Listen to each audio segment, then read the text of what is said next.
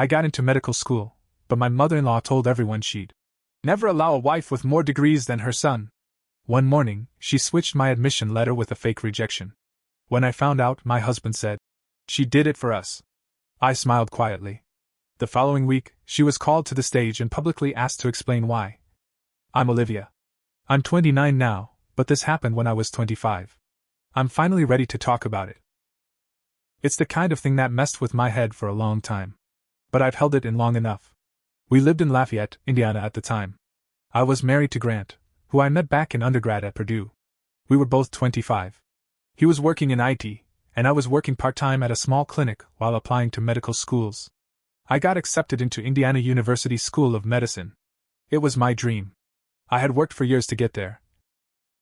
Took my MCAT twice, worked side jobs while studying, volunteered at hospitals, wrote my personal statement over and over. I even missed my cousin's wedding to study for the second round of interviews. When I opened that acceptance letter, I cried so hard I couldn't breathe. My hands were shaking. I couldn't even talk when I called my mom. I just sobbed and handed her the phone. My parents were immigrants. My dad worked in landscaping. My mom cleaned houses. They'd spent 20+ years in this country praying for one of us to become a doctor. That day, they believed it was finally happening. But then came the part that shattered everything. The letter came on a Tuesday afternoon. It was a big white envelope from IU School of Medicine. I was alone when I opened it. The words were right there. "We are pleased to inform you that you have been accepted." I screamed. I laughed. I took photos of the letter and sent them to my cousin and 2 friends. I called my mom. I called my dad. I called my old biology teacher. That night, I left the letter on the kitchen counter so Grant could see it when he got home. I thought he'd be proud. He wasn't. He said, "That's great, Liv," and gave me a weird smile. No hug. No kiss. No excitement. Just, "Great." I told myself he was probably shocked. Or tired from work. I went to sleep thinking maybe tomorrow he'd come around. The next morning, I got up early and left for work at the clinic. When I came home that evening, the letter was gone. In its place was another letter. Same IU School of Medicine logo. Same layout. Same font. But it said, "We regret to inform you that you have not been selected." My chest got tight. I grabbed my phone to check the photos I'd sent. They were gone. Every single one. Even the ones in my favorites folder. Even the ones I sent to my cousin. Deleted. My cousin texted me. "What happened? Why did you delete the letter?" I didn't. That's when I realized something was very, very wrong. My first thought wasn't Grant. It was his mother, Doreen. Doreen never liked me. She smiled when other people were around but gave me side comments when it was just us. She said I had too much ambition, and that a woman's job was to support, not compete. She hated that I was going into medicine. She once told me to start thinking about children instead of cadavers. I tried to laugh it off. But deep down, I knew she meant it. So when I saw that fake rejection letter, my gut told me she had something to do with it. But still, I gave Grant the benefit of the doubt. I asked him that night, "Where's my letter?" He didn't even look up from his laptop. "What letter?" "The acceptance letter. The one I left on the counter." "I didn't see anything." That's when I lost it. I walked over, closed his laptop, and said, "Don't lie to me." He paused. Then said something that made my blood run cold. "She did it for us." I couldn't speak. What the hell does that mean? She didn't want you to throw everything away. Med school is hard. You're gone all the time. We'd never survive that. She just wanted to protect us. He admitted it like it was no big deal. He knew. He helped her. They deleted the photos off my phone. They printed a fake rejection letter. They tried to gaslight me into thinking it never happened. I had given up birthdays, sleep, friends, all to get that letter. And the man I loved helped destroy it. That night I didn't scream. I didn't throw things. I just sat on the bathroom floor and stared at the tiles. I didn't sleep. I kept seeing the letter in my mind. Around 4 a.m., I got up and started planning. Step 1. Confirm I still had my spot. I called IU's admissions office the next morning. Gave them my ID, full name, everything. The woman said, "Congratulations. You're confirmed for the fall semester. Orientation is August 12th. I almost cried. I asked if they could resend the acceptance letter. She offered to email it. Said she'd include a secure PDF. I printed that letter in triplicate. Saved it to a USB drive. Send it to 3 different people. I wasn't going to let them take it from me again. Step 2. I played dumb. I told Grant I must have read the letter wrong. Maybe I got confused. He actually smiled. Doreen called me later that week and said, "You'll see, this is for the best. One day you'll thank me." I smiled through the phone. Maybe you're right. But I was already setting the trap. Our town does an annual event every year, the Lafayette Celebration of Excellence. It's run by the local Rotary Club and town officials. They give out awards for community service, education, and local heroes. Doreen was obsessed with this event. She was nominated for Citizen of the Year because she organized some downtown flower planting and ran the church's bake sale. She had already picked out a dress. She told everyone she was going to be honored for her contributions. What she didn't know was that the event was run by Mr. Wilkins, my old high school civics teacher. He'd always liked me. I helped him when he had knee surgery senior year. I called him and asked if we could meet. I told him everything. Showed him both letters. The fake and the real. He looked like he wanted to throw up. He said, "You could go to the police, you know." I shook my head. No. I want her to say it out loud. In front of people. He stared at me for a long time. Then he said, "Okay. I'll give you 5 minutes on stage." The weeks leading up to the event were quiet on the outside. Doreen kept planning her speech like she was being handed the Nobel Prize. She had it printed and folded in her purse, reading it to anyone who'd listen. Grant helped her practice it in the living room. I sat at the kitchen table listening while pretending to scroll on my phone. Community is about sacrifice. About doing what's best for others, even if they don't understand it at the time. That line hit me like a slap. She was getting ready to tell the entire town that her lies were some kind of noble act. She actually thought people would clap for her. But she had no idea that I'd already submitted my version of the story to Mr. Wilkins, and that he had it printed in the event booklet. Every guest would get a copy. I didn't name her directly in the piece. I didn't have to. Once I told the story on stage, everyone would know exactly who I was talking about. 2 nights before the ceremony, Grant came home late.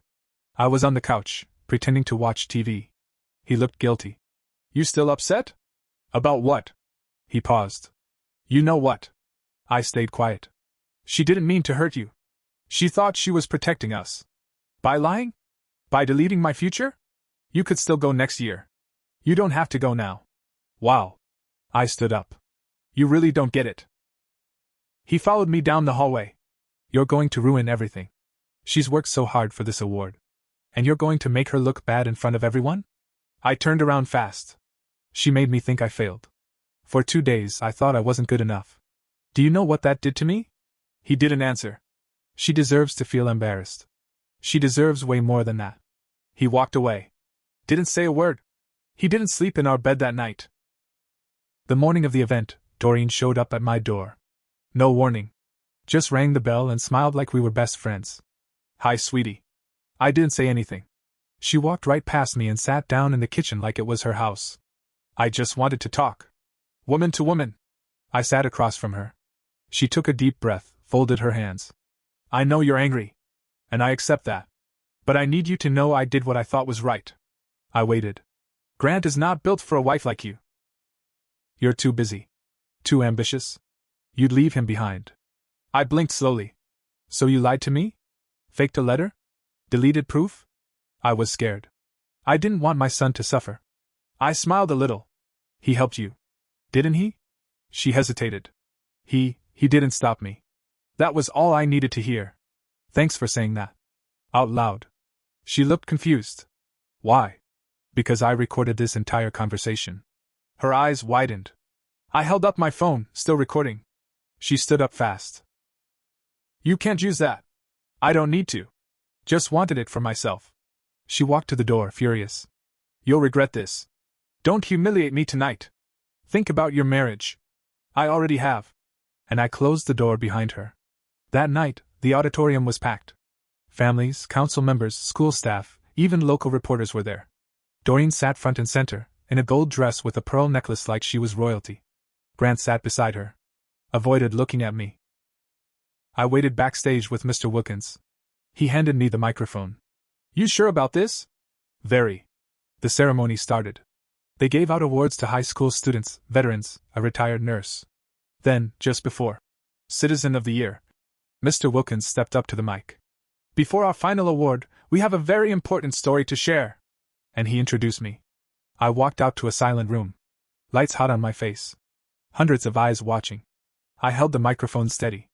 And I started speaking. The room was so quiet you could hear shoes scuffing against the floor. People were leaning forward in their chairs, waiting for whatever this important story was going to be. I didn't smile. I didn't joke. I just started. My name is Olivia. Some of you may know me. I grew up here.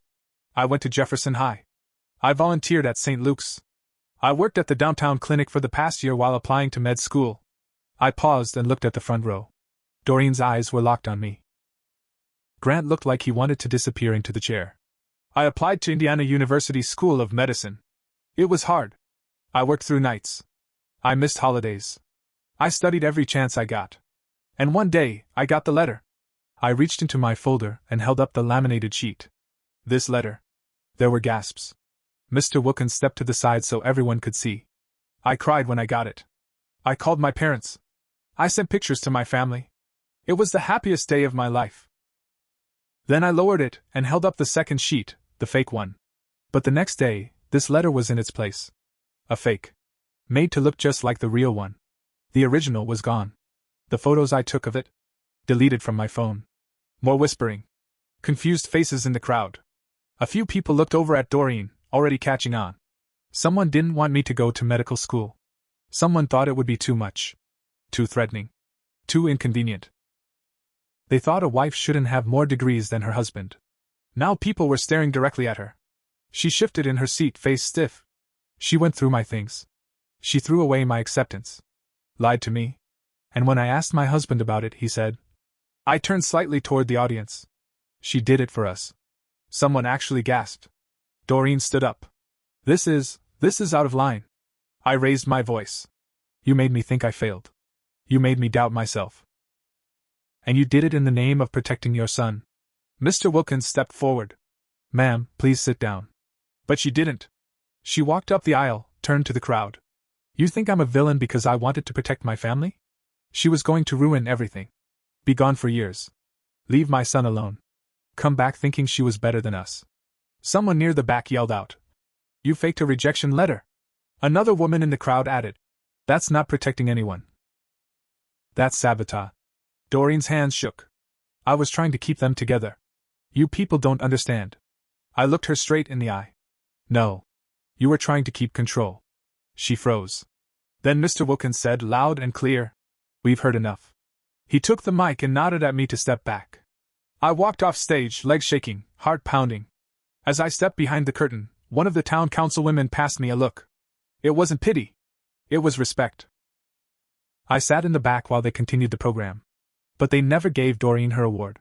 After the event, people were whispering everywhere. I stayed near the back as people cleared out. Grant found me outside near the parking lot. You really did that. I did. You humiliated her. She humiliated herself. He looked down at his shoes. You didn't have to do it like that. She didn't have to fake a letter. We could have worked this out. You picked her. You helped her. He didn't say anything for a while. So what now? Now I go to medical school. Alone, if I have to. And I meant it. That night, I packed a bag and went to stay at my friend Maya's house. She didn't even ask questions. Just handed me a drink and said, about damn time. But the story wasn't over yet. Because the next morning, I got a call. It wasn't from Grant. It was from the IU Med School admissions office. The call came early, around 7:45 a.m. It was the IU Med admissions office. The woman on the line said, Hi Olivia. We just wanted to confirm something odd. Yesterday, someone called pretending to be you. They said you wanted to withdraw your acceptance. I sat up straight.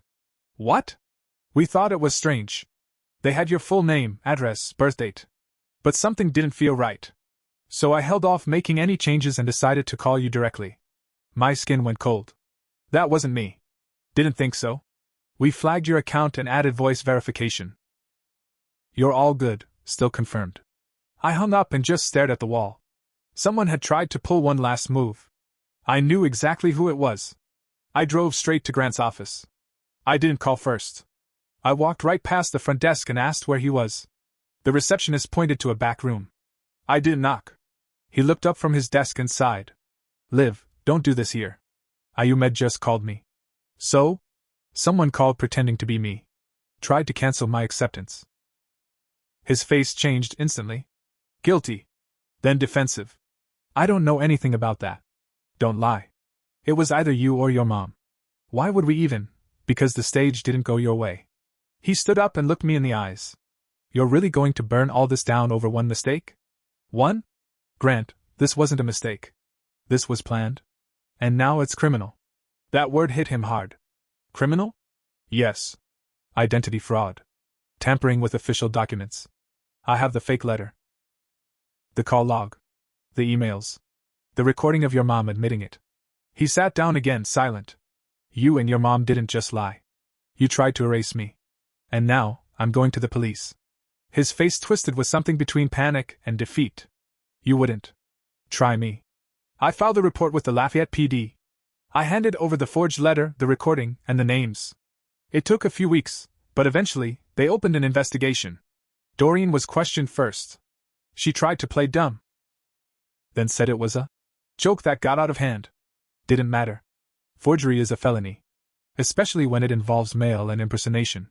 Grant wasn't arrested, but he was named in the report as an accessory. He was also fired from his job for ethical concerns, especially after it came out he accessed my phone without consent. His employer wanted no part of that drama.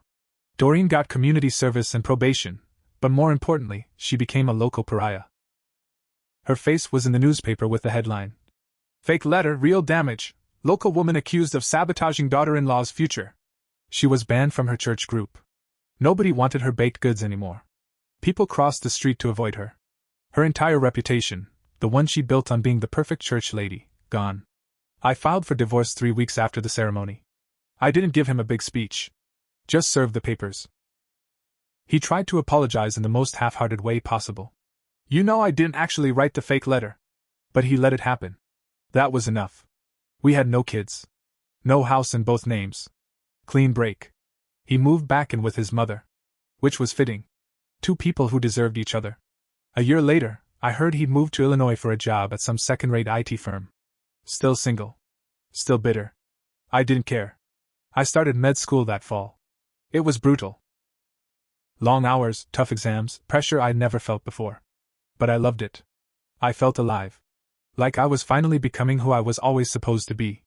I found friends who supported me. Professors who respected me.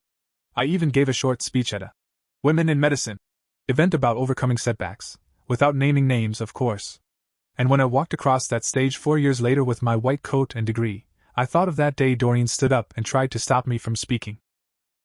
I thought of her face, frozen in anger and embarrassment. And I smiled. I sent her a copy of my graduation photo. No note. No message. Just the photo. A close-up of my smile, in my white coat, with MD stitched above the pocket. And on the back? I taped a copy of the original acceptance letter. Laminated. Permanent. Just like her shame.